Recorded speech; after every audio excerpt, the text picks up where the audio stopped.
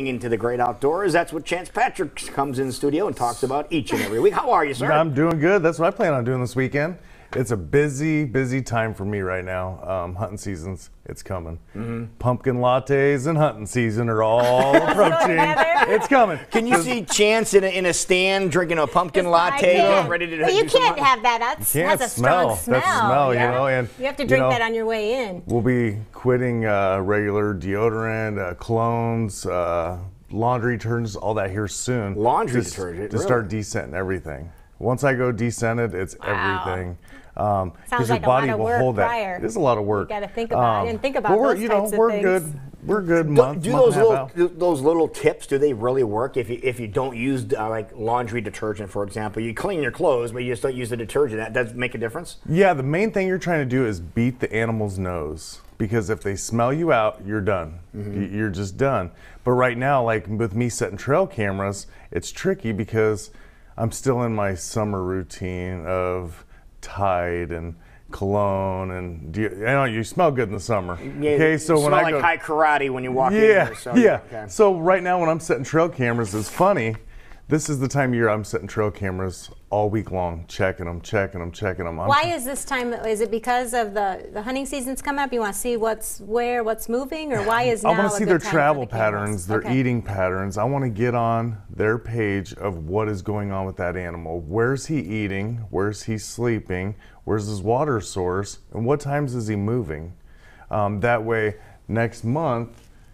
Yeah, so he's a night traveler. Looks like a deer in the headlights, right? Yeah, so that's a night traveler. There. Look at that. Oh, wow, activity. The one thing about a trail camera that I love is you never know. It could be nothing or a whole bunch of crazy, I've seen two does up on their hind legs fighting, coyotes dragging things along through the timber. You just don't ever know what's going on. How do you get these shots with these cameras? Explain how these cameras work, first of all. Okay, so you have a bungee cord on these, and you find a perfect tree that there's no, so these are motion activated.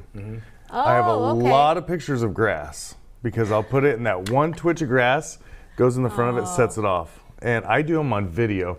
So you wrap it around a tree, and once it's around that tree, you set it and turn it on, and then you leave. You set it and forget it. Yep, set it, forget it, and walk away.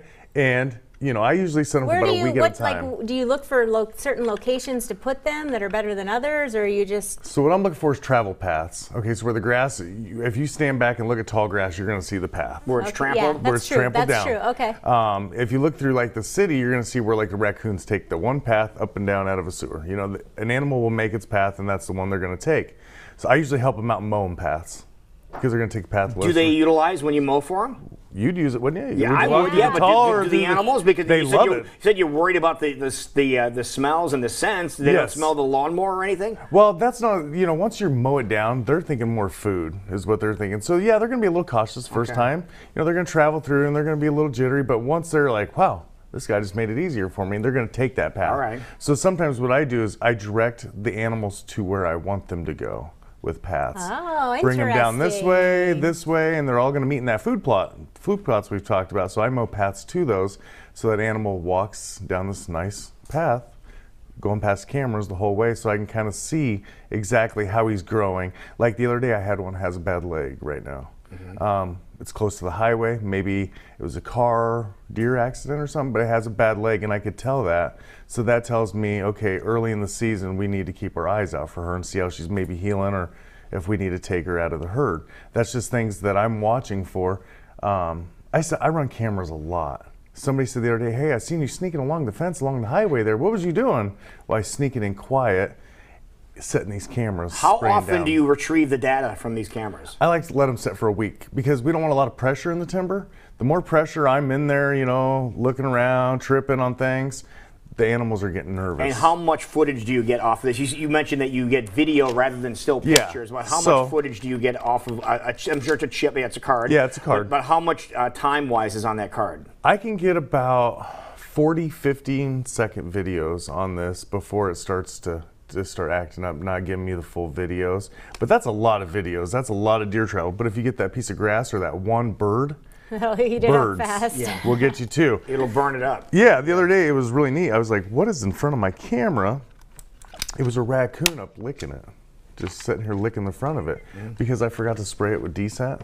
And that's critical because your hands are salty and you're sweating. I sweat really bad walking back there. So by the time I get back there, I'm sweating all over, touching the camera. Well, it's leaving all that salt all over everything in my scent.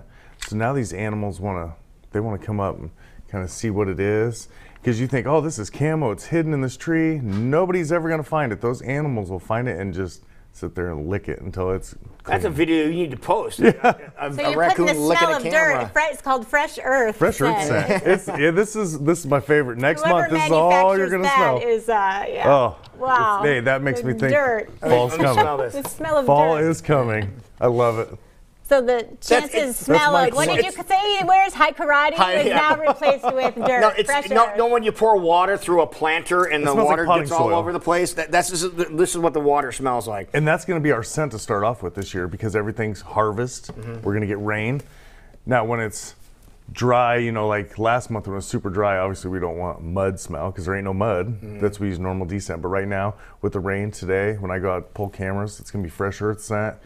After I take a decent shower, because we don't want Fresh Earth scent, Aqua di Gio, they just don't mix. Okay. So it's camera season. All You're right. going to see a lot of people It's fun to see what's setting them. going on in your own backyard. Too, Yeah, so. it's fun just There to you go. see. Now, people want to keep an eye on what you found in your own backyard. How can they do so? Iowa's Great Outdoors on Facebook or Chance Patrick, either one. That works. All right. Very good. Look for some great footage coming up here in the very near future. There it is, Chance Patrick, chance.patrick.7 on Facebook to follow along and answer some questions too. You're good at answering questions. I commend you for that. Well done, as always. It is 9.